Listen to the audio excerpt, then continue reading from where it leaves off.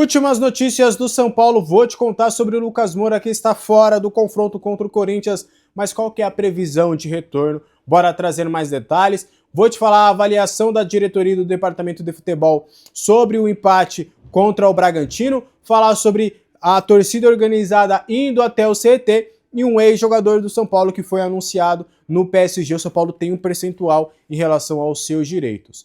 Bora falar sobre São Paulo Futebol Clube. Lucas Moura está fora do confronto contra o Corinthians. Ele não vai reunir condições e agora a nova previsão do atleta seria de um retorno em agosto.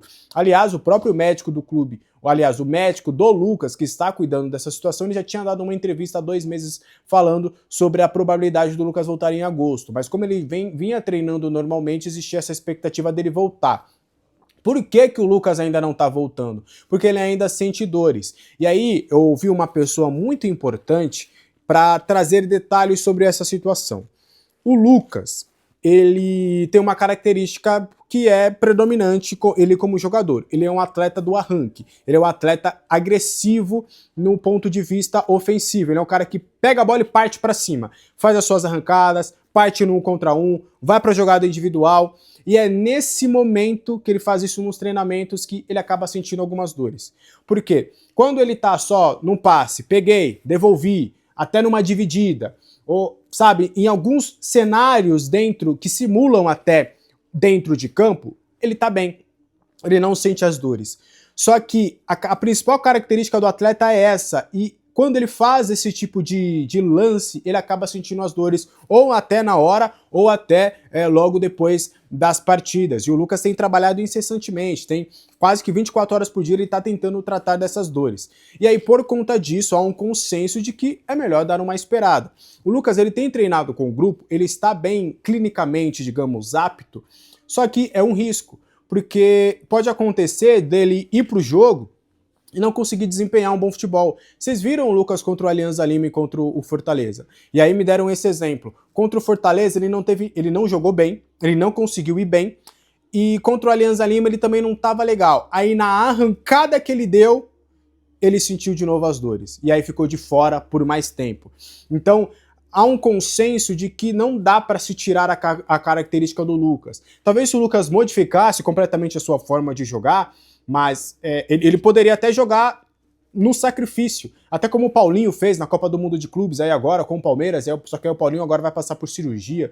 Então ele poderia ir para o sacrifício, mas poderia agravar a contusão e ninguém ali quer, até por conta da idade do atleta, até por conta de um momento importante na temporada dele ficar fora por mais tempo, dele perder o resto da temporada.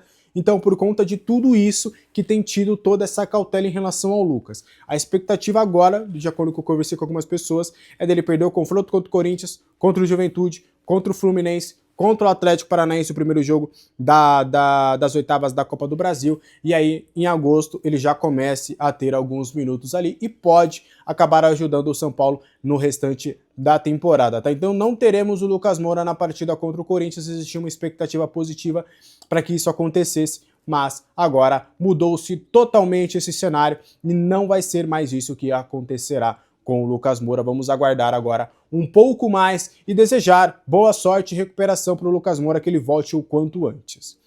Para a gente continuar trazendo mais informações sobre o São Paulo Futebol Clube, o goleiro revelado nas categorias de base do São Paulo foi anunciado no PSG. Eu estou falando do Renato Marin, goleiro de 19 anos, ele que estava na Roma, participou das categorias de base do São Paulo no Sub-12, no Sub-14, fez ali quase que todo o seu início de formação nas categorias de base do São Paulo lá em Cotia, e aí ele saiu do São Paulo para ir para Roma. Ele tem dupla cidadania, ele, além de ser brasileiro, ele também tem cidadania italiana, ele inclusive é um jogador de categorias de base da seleção italiana, ele é frequentemente convocado para defender a seleção do seu país, e há neste momento uma predisposição dele realmente ser um jogador da Azzurra, e aí ele foi anunciado no PSG, só que o São Paulo não vai receber nada por conta dessa transferência. Eu vou te explicar o porquê e vou te explicar também o porquê a gente tem que ficar de olho no futuro do atleta.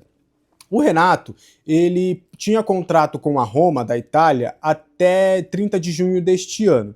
Só que lá em janeiro ele assinou um pré-contrato com o PSG, ele não quis a permanência na Roma e aceitou o projeto do PSG, e aí a tendência inclusive é dele já ir para a equipe profissional do PSG.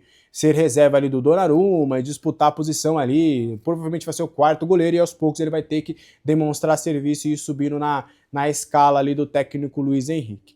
E aí ele assinou esse pré-contrato com o PSG para se apresentar agora. E aí, nesta quinta-feira, o PSG anunciou esse acordo.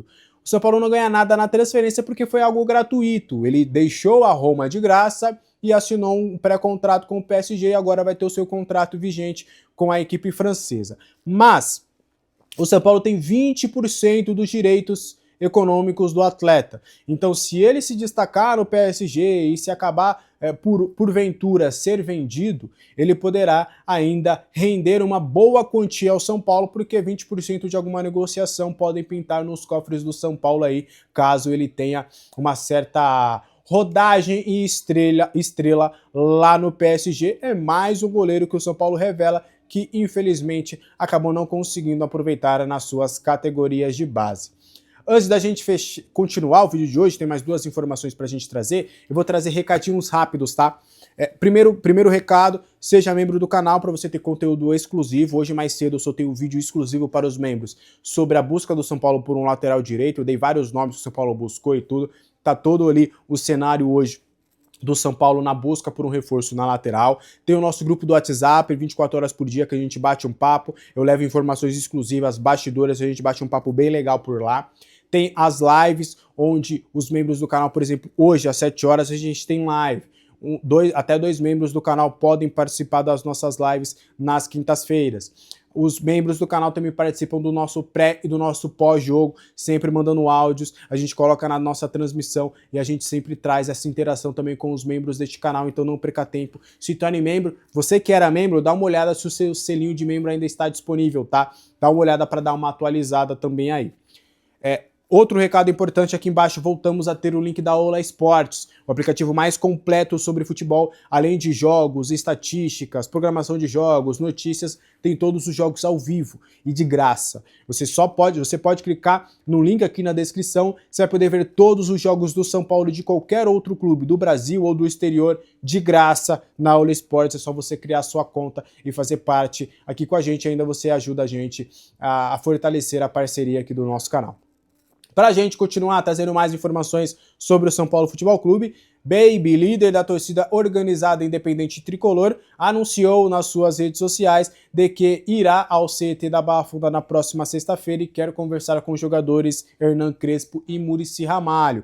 A expectativa é de ser uma conversa pacífica, uma conversa onde ele vai demonstrar que realmente existe uma preocupação da torcida organizada com o ano do São Paulo. Ele sempre compara e fala sobre o ano de 2017 do São Paulo, que foi muito complicado, que foi muito difícil, e que ele vê que esse cenário de 2025 vai se repetir neste momento. Então, por conta disso, ele entende que precisa da mesma sinergia entre departamento de futebol, jogadores e torcida, para que, principalmente nos jogos no estádio do Morumbi, o São Paulo faça a sua fortaleza e conquiste pontos importantes na briga contra o rebaixamento. Vou abrir aspas aqui para o Baby, que fez um pronunciamento nas suas redes sociais falando sobre o assunto.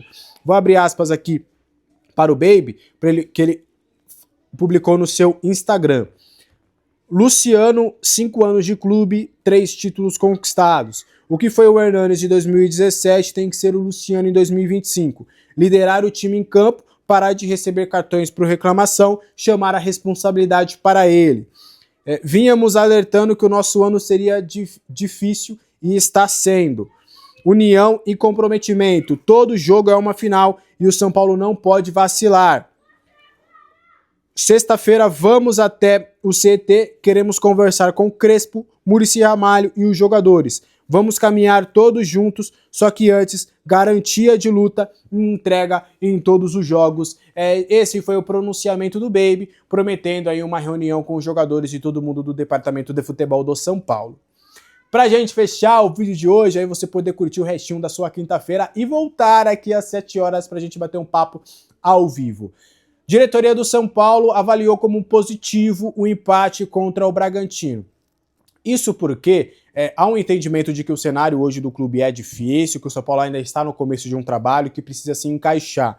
Mas por conta de alguns fatores que o departamento de futebol vê como positivo toda essa situação, um gancho que a gente pegou lá do Éder Traskini, lá do UOL, e a gente também ouviu algumas pessoas sobre essa situação. Isso porque existe o entendimento ali dentro do São Paulo de que o primeiro tempo, principalmente, foi muito positivo. Foi um dos melhores primeiros tempos que o time teve na temporada. Um time que foi consistente, que conseguiu jogar no campo do adversário, que demonstrou ali realmente que mesmo fora de casa pode conseguir competir com uma equipe que está na parte de cima da tabela, está brigando ali pelo título da competição. O outro ponto importante foi que a reação do time também foi muito positiva. Quando o time volta um pouco mais desligado no segundo tempo, toma o segundo gol, o gol da virada, e depois consegue reagir para buscar o empate, a diretoria vê isso como muito positivo por conta da questão anímica, por conta da questão, de fato, do psicológico, né, de você conseguir buscar os resultados, porque existia uma avaliação de que psicologicamente o time não estava com aquela confiança muito porque vinha de 4 derrotas consecutivas, não vinha ganhando no Campeonato Brasileiro, estava perto da zona de rebaixamento, então naturalmente quando o jogador ele não vai vencer nas partidas, a confiança vai indo lá para baixo e aí o cenário não fica tão favorável assim para você conseguir algumas reações. Só que o São Paulo conseguiu reagir contra o Bragantino, conseguiu um empate e há um consenso de que o confronto contra o Corinthians pode ser um divisor de águas. Por quê?